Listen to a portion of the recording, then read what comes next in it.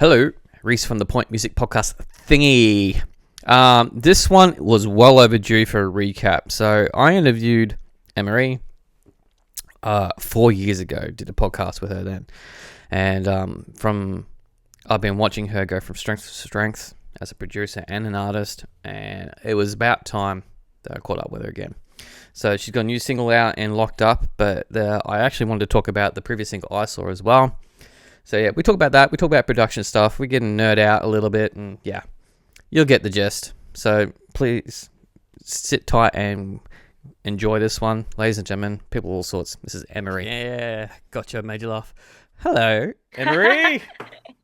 Hello. This is Well, when was the first one that we did of these? Hang on. It was in COVID. Yeah.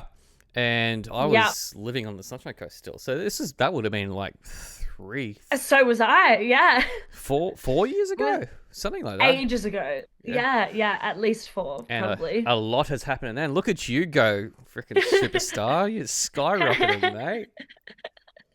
Thank you. I'm trying. Tried. You're kicking goals. I actually, I went through and had a listen to your sneaky little playlist that you have on Spotify that has all the stuff that you worked on, right? And yes. I'm so proud of you. You've developed your own. There is a certain style that you have. Thank you so much. I tried with that. I can tell straight away as soon as it comes up. Just going, like, yes. Particularly when Maya sent through her stuff, right? Yes. And I didn't know she had worked with you.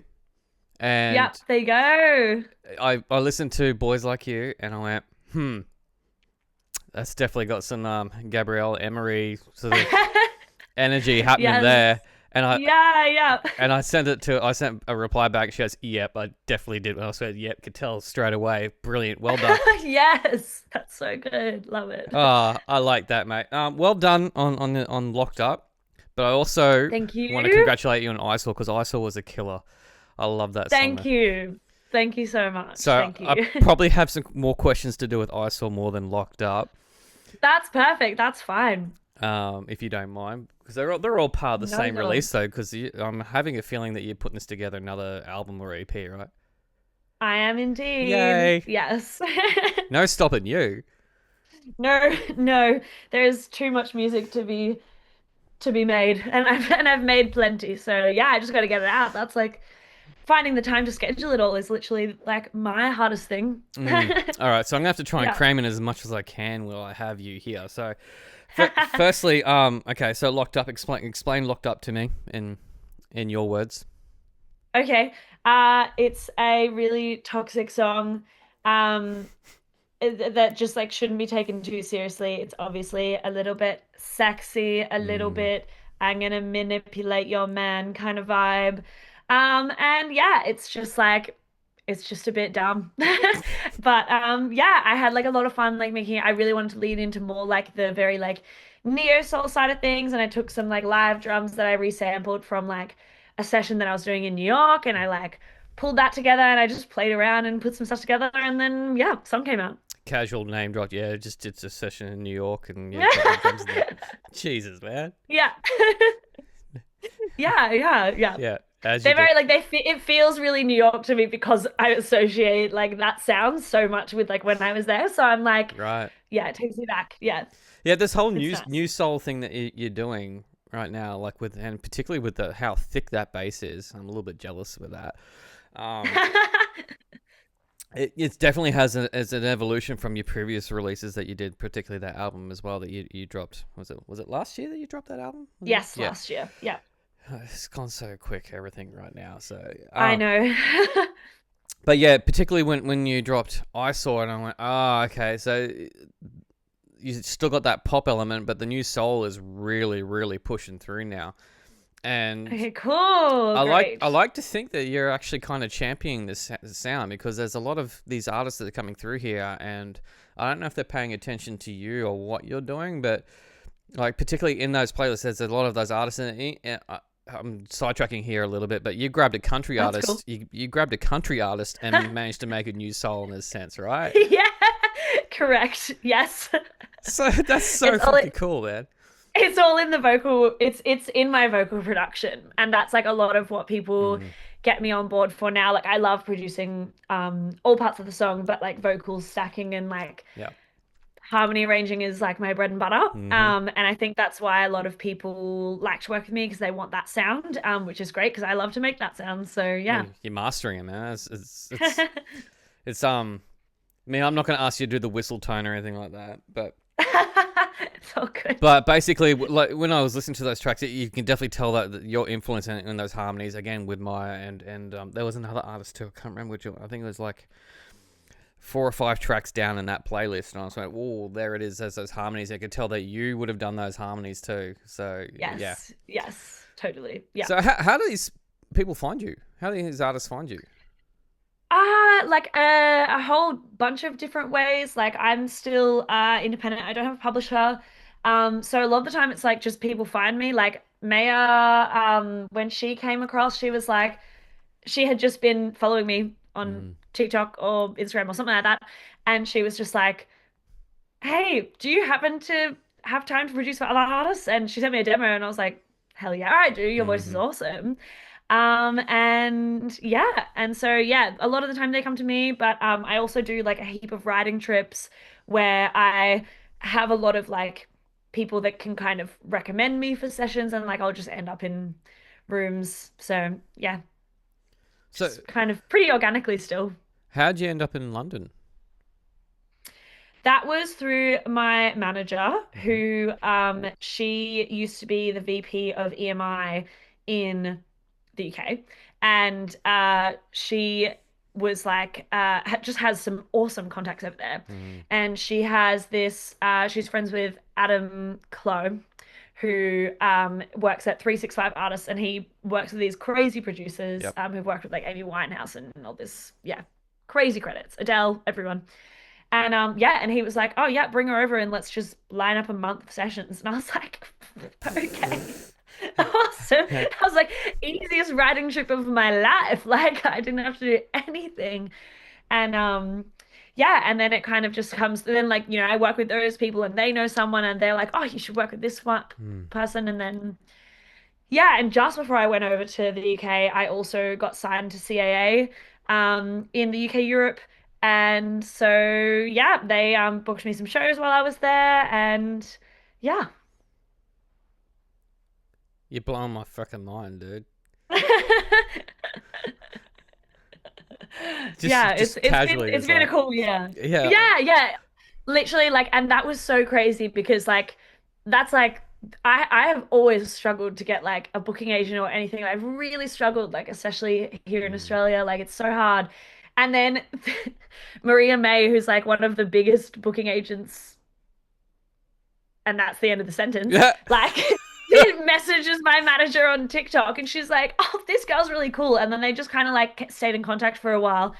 And then yeah, Mitch just calls me, my manager, and she was like, "Oh, so you're on the CAA roster now?" And I was like, "What the fuck?" She was like, "So we're starting at the top." And I was like, "Okay, incredible. Love that. Thank you so much for existing. Love you."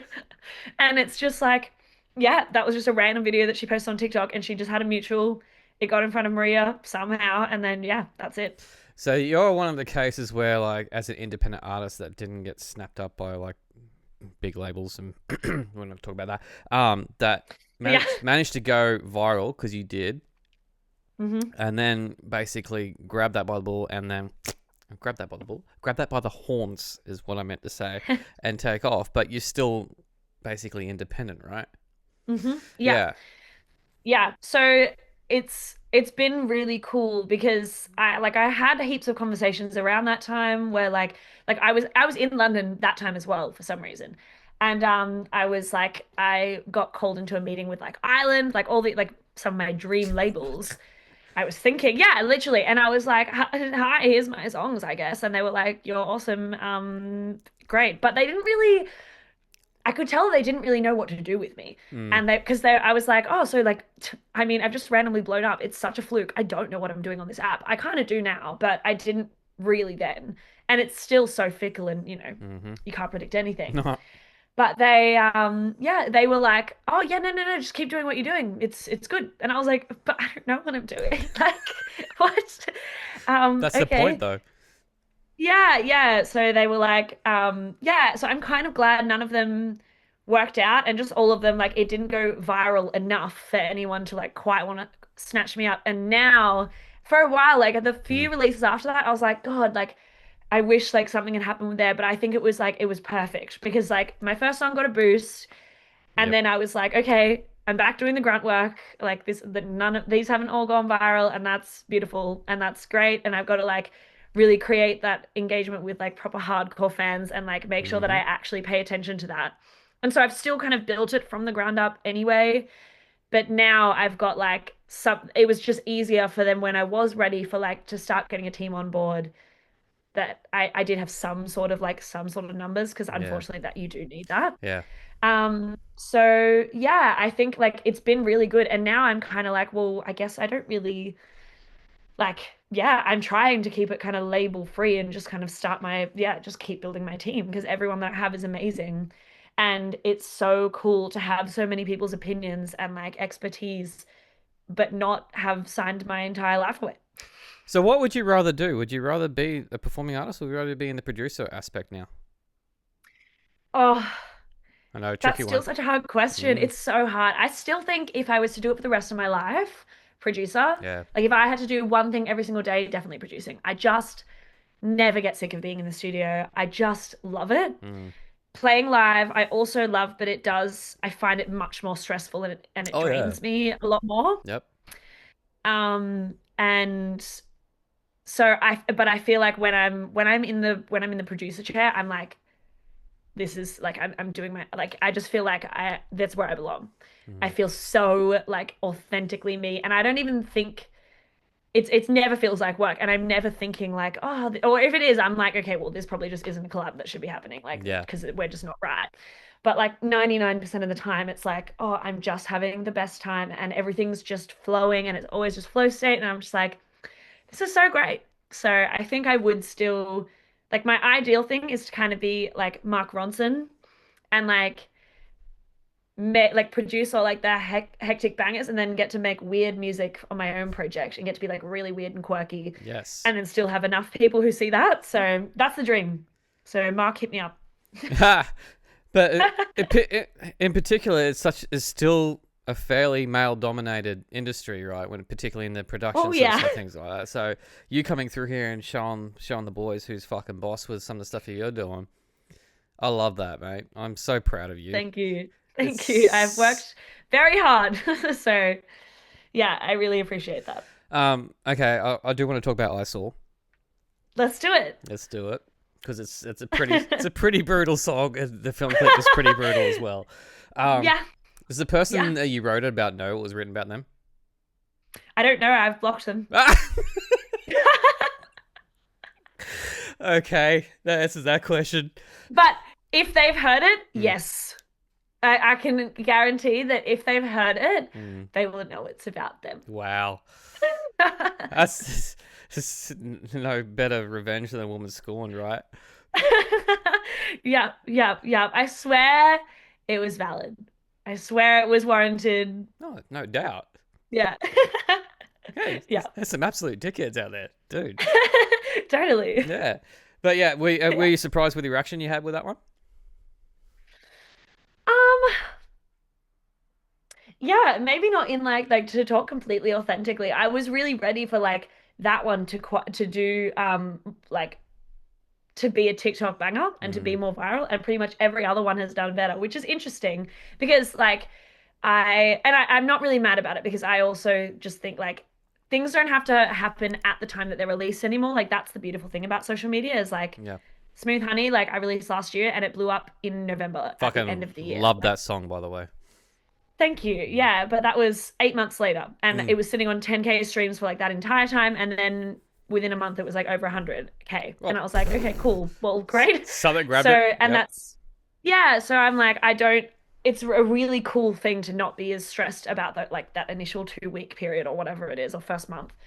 Because I'm like, I still think it's gonna have its time. It's always the crowd favorite live. I love doing it live. It's Mm, so fun. And yeah, everyone always loves it. I've had great like feedback, but it definitely didn't get pushed out like algorithm wise as much as I was expecting mm, it to be honest. But I think that's just because I was like, oh, well, surely the poppy one will, and that was the most pop that I've kind of gone. Yeah. But yeah, so whatever, it's doing its thing. Yeah, I'm surprised by that, to be honest with you.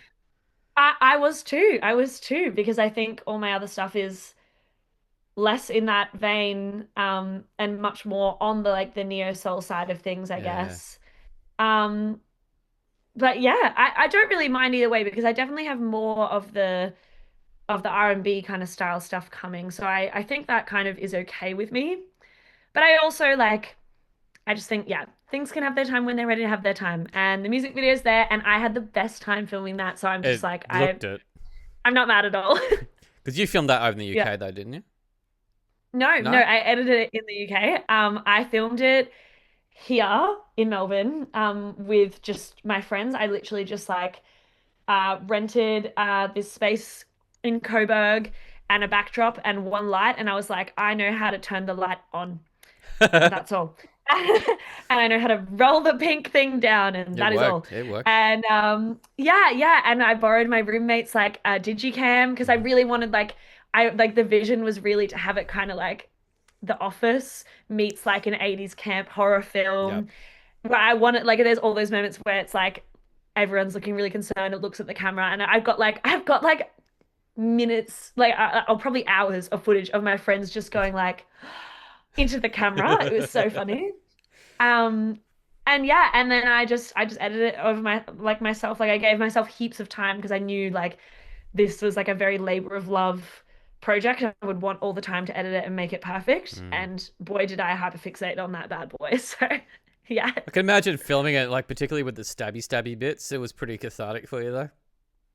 Oh, it was so fun. It was so fun. It was very, very fun. Yeah, it was Mm. great. What did you use for the blood? Fake blood. Oh, just fake blood. There was no sort Yeah, of. you can just get it at the Yeah. chemist. Yeah. Yeah, I was gonna like because I did drama in high school, surprise, surprise. Mhm. And so I learned how to make fake blood out of corn syrup there. Yeah, well, that's what So I I was thought it ready. was. Yeah, Yeah. I was ready to do that, but yeah, I just looked up fake blood and it was like $8, and I was like, oh, just Oh, do it's that. fucking sweet. Yeah, I was Bargain like, that's basement. so much. Yeah, that's so much easier. So yeah, I did that. So, what is the plan for these next releases then? Are we talking like another album, or is it just going to be an EP sort of realm? So this one is actually going to be a mixtape. I'm kind of just collating the Hey. singles. And I've got so it's mainly just going to be the singles that I've got out, but I've got some features that are coming with it Mhm. and some extra little special bits and bobs. And yeah, I have got and like there's a lot of Easter eggs throughout it, which is all I'll say. But that's kind of hints to what the next thing's going to be. But I have both an EP on top of that and an album written. So I just need to decide what I'm gonna do. I thought Because I thought I was bad with the amount of shit that I take on, the amount of work. Dude, come on. yeah, it's I just write so much. Like Yeah. this is just like when people are like, I live, eat, sleep, breathe music. I live, eat, sleep, breathe music. Like all I do is make music. So obviously I just have a stupid amount and I'm like, well, oh well, I'm just gonna keep my distributor very busy. Okay, so you're talking to someone here that is literally nearly. Well, I'm pretty sure I'm twice your age now. Um, when you're saying mixtape to me, I'm basically just going proper tape. I didn't realize that's what a collection of singles that are just all over the place, released, staggered, is. That's what you call them. I mean, I called it that because I feel like it was very like my EP last. The reason I'm calling it a mixtape Because it's not is tied in. because not tied in, but also like it's more like a lot of it is very like in the box, and it Mm. was very much like more like I had like a lot of 90s influence, and like those 90s mixtapes. Mhm. And there was like a lot of like pretty much all these songs I started by making a beat and like making it that more like hip hop kind of way where you just make like a really good beat and then build the foundation around that. And yeah, and then I just had some other things that I wanted to do, and I feel like it's less of a story, and usually my bodies of work have a very narrative, conceptual, overarching theme. So I was like, mixtape just feels more right to me. Mm. And yes, I could have just called it an EP, but whatever. That's what I'm doing. So Have you ever made a mixtape before? no. There is an art to it. There is definitely an art to Yeah. it. I still have like one or two laying around here somewhere. Because yeah, Yeah. it's how would you explain this to someone that like spent ages? It would used to take me probably about 3 to 4 hours to create a proper mixtape, like a 90-minute mixtape. Yeah, yeah, for sure, And for I sure. would go through basically both radio, other cassettes that I got, and the CDs that I had at my disposal to Yeah. create something. And to create it, you used to create a theme around it too. Yes, totally, Mm. totally. Yes. Yeah. Yeah. It is a lost art. I mean, creating a playlist is kind of similar to it, but it's It's not as not the special, and same, you don't get man. to personalize it. Like I love like the ones that you could. I mean, I was like two at this time, but like I did I did have like one of the cassette players where you could like plug a microphone in and like record things over the top of it, so you could like be like, and this one makes me think about you, baby, and things like that. And I'm like, you know what, we don't do that anymore. You can't put that in your playlist. No, you could do a SoundCloud one to a degree. You could. Mm. You true. True. Yeah, But then, true. yeah, nah, it's not the same. It's not the same. No. Going back to the producer aspect of things, man, this is such a casual podcast. I'm really loving this, man. Thank you so much. Great. I'm glad. Yeah, I way prefer to have less. Just yeah, just have a yap, have a chat, and Um, yeah. top three plugins. Okay. Hmm. Yeah, yeah, yeah. No, I know these because You use them all it's the the ones that I have to have in time. my template. Yep. And they're like, and it's not even everything else I feel like I can make work with other things, but like the Sound City Studios reverb, no, not reverb, room emulation by UAD Mm-hmm. is like that's just Capital Chambers reverb, also by UAD. Mm-hmm. And then ooh, the Mag EQ. Okay. I use the UAD one, but they also have like a really good plugin boutique one. No, there's another company that has a really good one, and it's just like it just you can put it on and do nothing, and it still sounds better. It's so good. All right. Because I use a couple. I use the LAX2 compressor. I think it's the LAX2, Hmm. the UAD one, which is pretty much a standard sort of thing like that. The Yes. first plugin that you mentioned, the room emulation for Sound City. Hmm. I'm Yeah. assuming you're talking about the Sound City where Nirvana recorded Nevermind and all that sort of stuff, right? Yeah. So Yeah. it would be, oh, that's got my brain thinking. So is that emulating like the drum room? The Yeah. drum room? Oh, wow. Yeah. So it's like it's got all these different settings, but like it's based around that drum room. You Ooh. can change the microphones, you can change like the effects that you put on that, and I just love running that in parallel. Mm, No matter even if I've got room mics, I often will just like use that on something or like even like if I'm recording keys and I'm just DIing them, then I'll send it out through there and like chuck that through an amp or something like that and do something weird. But like having that just adds so much character. Like room is so I'm sick of people not having rooms in their songs. I love the sound of like room adds so much rather than just like adding reverbs to everything. Like that's lovely. But like having the sound of an actual room where it's just like reflections rather than and obviously if you can just record a nice live room, that's mm-hmm. ideal. But Yeah. Not everyone has this that. is pretty great. Mm, Yeah, and also it's the Sound City room. It's pretty freaking good. So yeah. And then the Capitol Chambers one is the Capitol Studios, yep. their echo chamber. So same thing. And it's like, I used it once. I used the demo once to track my vocals, and I was like, I sound heavenly. I need these. I was like, I've never sounded better, and I need this in my life. I'm never going to be able to record again if I don't have this. So yeah, I had to buy it. Because I got the plate reverb, the UAD plate reverb, which is based on the I'm pretty sure it's not based on the Abbey Road plate reverb. Yes. Yeah. Yeah. Yeah. Yeah. I don't actually have that one, I've but been trying to yeah. figure it out. I still can't get like a great. I still end up going back to like stock like reverbs Yeah, sometimes. they take a bit of like fiddling around with to get it how you would want it, but once you get it, then you just set and forget. And like that's pretty much how mine stay. Like I just have one way that I use it, and I'm like, Mm. cool, that's it's gonna sound like me. It's pretty much So like yeah. the Space Echo delay that I basically put on everything because I fucking love I that was sound. gonna say that was what I was tossing up between for my last Oh, my last pick mm. because I use that on everything. The spring Really? reverb Yeah. in like the spring reverb in the Space Echo is just like unmatched. Mm. I don't like any spring reverb quite as much. It's just so good. It's iconic It's though. so good. I love it. I love it. And I love having it in moments where you just hear like just that come through. And I'm like, oh, so good. I put it on everything. So would you muck around with any other sort of genres? Because like I know you're really honed in on like this neo soul, new soul kind of like in the pop vibe. Would you like dabble in anything else? Oh, always, of course. Yeah, yeah, yeah. I mean, I when I was learning, like I worked with as many different genres as possible while I was at uni. Like I recorded this crazy fusion funk rock band. I don't even know how to describe it, but this song had like it was like a four-part song. It was awesome. Mm. And I was so out of my depths. It was the first band that I had gotten into record. I just put like an ad out and was like, "Please, I just want experience. Please come in. I will like we have great gear and I will like do whatever I need to. Like I'm at your service." And that taught me so much, but it was like that was so much fun, and I wish I could redo that now that I actually know what I'm doing. Mm. Because that was super fun. I love folk. I love doing folk. I did a Really? folk EP pretty early on. Yeah. I Okay. love working on because you really, really, really focus on each individual element Yeah. so much. And like obviously I do that in everything, but like with folk, it's like you like that guitar has to be mic'd Yeah. Mm-hmm. perfectly. Like it's got to be and like it's got to be placed in the room exactly. And I really love getting to have days where I like, especially if it's a folk project where I don't have to make it like in someone's bedroom or something, and I can actually like go to a studio and Mm-hmm.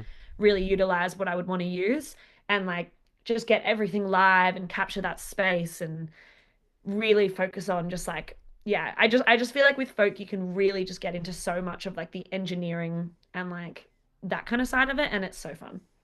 Hmm. I never really picked you for being someone that'd be right into folk. That's fucking cool, man. I Yeah. suppose Yeah. the organic sort of side of things is what sort of throws me off a bit because like your sound is so thick and basically there's a lot of like layering in that, whereas folk is just stripped back pretty much and very Totally. very very organic. So yeah, I'd be keen to hear Totally. that what you've done. Yeah, yeah, yeah, yeah. I came from folk. That's where I started before I knew how to produce. I couldn't play guitar well enough to be able to do R&B. So I was like, okay, folk it is Folk because I is grew up on the Sunshine Coast oh yeah, and that's all I know. And yeah, and then I learned to produce and I was like, oh, I can make the music I listen to now finally, thank God. dude. I'm gonna wrap this up because this is just I'm not Great. nothing can top this. I've been looking forward to catching up with it because you've been so Oh, busy and all yay. over the place and that and Totally. to those that are listening to this and watching this, I'm not brown nosing EMEREE here. Like we had this chat 4 years ago. I reckon it was 4 years ago, Yeah, it when was for sure. easily, and I've seen you just go from strength to strength. So like again, very very proud of you for what you've done, and I love that you're kicking goals. And yeah, Thank keep on you. pulling out music, man. Yeah, I will. I'll link in a few of the tracks or whatever like that in this podcast, and you just hang on the line there. I'll have a quick debrief for everyone else. This has been EMEREE. You need to check out Locked Up and Eyesore, by the way. Everyone else, bye bye. Massive love to Yeah. EMEREE for jumping in on that one, and like I said, it was well overdue. But I love how the chat just went phew, left and right and all over the place. Do check out Locked Up. Do check out Eyesore. Both great tracks, and yeah, she's flying the flag for new soul, neo soul, very proudly. And there's a lot of artists that have got the similar sort of vibe that have been working with her as well. So do check out those songs. More podcasts coming. Thanks for hanging in there with me. Subscribe if you have not done yet. Follow if you haven't done that. Share the hell out of this thing if you haven't done that. That's it. Yeah. Thank you for supporting local music, live music, Australian music, all sorts of music. You guys are legends. Bye bye.